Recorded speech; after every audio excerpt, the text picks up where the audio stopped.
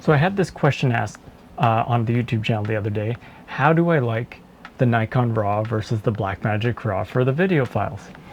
I hadn't thought about it really before then, because in the process of using the Nikon RAW, it didn't feel any different from the Blackmagic RAW, which is a great thing. Moving from one to the other doesn't really have much of a difference in usability, but what I'm going to do now is have a couple of the files opened up side by side. They're not the same content, but I can watch and really dial into how I'm feeling about how the footage is changing and how easy it is to manipulate the white balance, the processing. And I'm going to do some super basic stuff and just keep an eye on how the processor is being used and see if I get any hang-ups and just watch playback. So you know what? Let's get into it.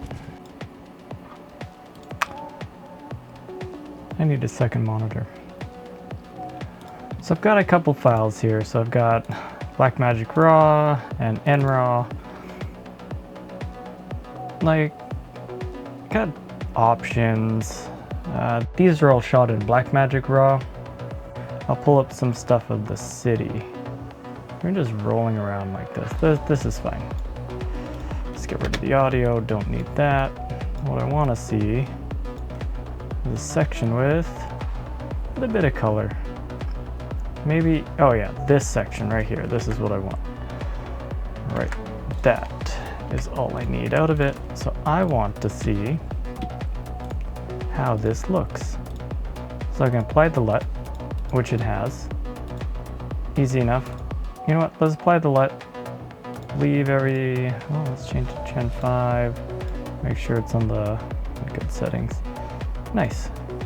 You can up the contrast, give it something. Highlights are there. Like, it's not bad. It's not bad to work with. Like, I do like Blackmagic RAW. There's so much you can actually do with it. It's just easy to use. Boost the colors a bit more, boost saturation a little bit, screw around with the colors. Even going all the way through the hues and saturation, like you can go pretty far before it starts breaking down, right? Like, even this is not bad. Offset it, I don't know. Easy peasy. I'm not gonna add a bunch of nodes or anything because that just tanks the computer. It doesn't matter what footage I put a bunch of nodes on, it just seems to really kill this computer. Like, it's got a lot of leeway. Like, I can have the color, I can even have the sky like that, and then I can add a layer if I wanted to do a node. I said I wasn't gonna do a node, but then in this node I can bring up all the shadows and then mask out the sky if I felt like it, make it look really HDR-ish. It's like before and after. Honestly, Blackmagic RAW works super well with DaVinci, and it's just easy to scrub through. It doesn't matter what the footage really is of. So let's, I don't know, what's this one? Oh yeah, the paw. Oh yeah, let's go grab this one. We have an individual here talking about the pelts that he picks up. Zoom it in a tiny bit for myself. Go here, check it out. Let's see what LUT I had running on there. See, even that, I'm really happy with that already. We shot it well, shot properly exposed for the settings. Like, if I really needed to, I can make it a lot colder or a lot warmer. Like, way too warm, way too cold. Super easy. Forgot what it was at. Maybe it's even 5,000. No, maybe what was it? 3,200? Forgot what it was. Let's reset it. No, it doesn't reset that way.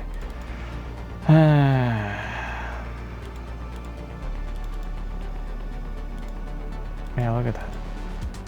Look at that.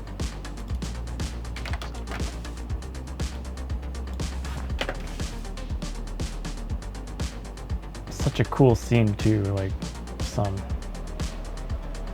having him explain what all the pelts are and how many catches and like his whole way of life. That was just cool. What other stuff? Automotive. I don't know, it keeps going to my face every time I scrub through.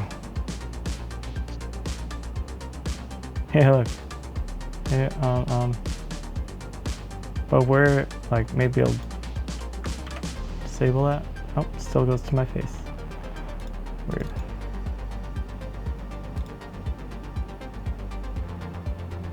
Oh, there we go. Yeah. So honestly, Blackmagic RAW works super smoothly with DaVinci for obvious reasons. But the Nikon RAW, I feel it works about the same. Okay, let's pull up Leroy. So same thing, Nikon RAW. Playback is pretty steady. There's no changes, nothing on it yet. Let's go over here. Project clip. This is a little different, this portion. So if I go to Nikon RAW and then the wide gamut, then this has to get changed, right? So where is, so I can stretch out bottom side, I can pump up the exposure like a ton and start adding some saturation into it. These seem to be in a slightly different location. There we go, and then add a little color back into where it should be. Hold on, I want to see what he looks like because I'm screwing that up.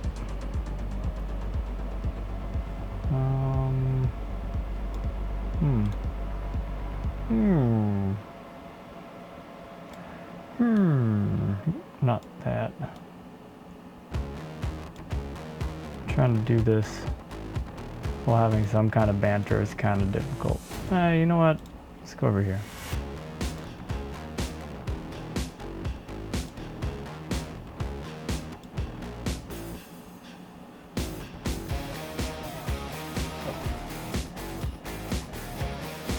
Awesome, starting to get something out of it. And that's how he actually looks. I can do HDR too. Let's do that. Let's pull that down. Let's make him like out there. Mix around with the colors. Not too much, just a little bit. Nice. Even with all those changes here. Right, I know we can around. There you go.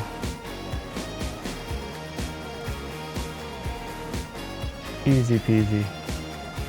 Playback is smooth too. Like, I think this is even filmed at 60. So let's check that actually. Oh yeah, so this I can actually slow it down to the timeline.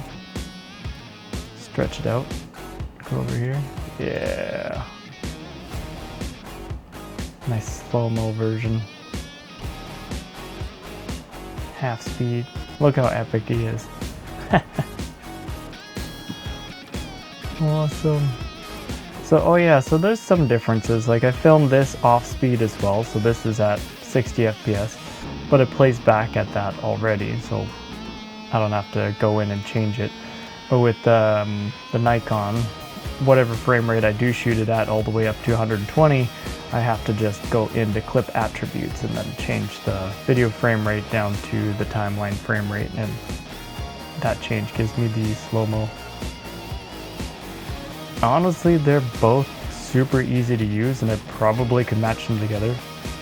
If there's a specific set of tests that you want me to test out, like if you really want me to get technical on them, I can, but just let me know what tests you want me to do. Because for me, and for I guess what that person was asking, thank you for the question by the way, how do I feel about working with it? They're about the same.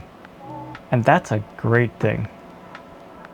So the question was, how does this Nikon RAW work versus Blackmagic RAW? And honestly, about the same. And that is great, because Blackmagic and DaVinci and the Nikon RAW all seem to work seamless together.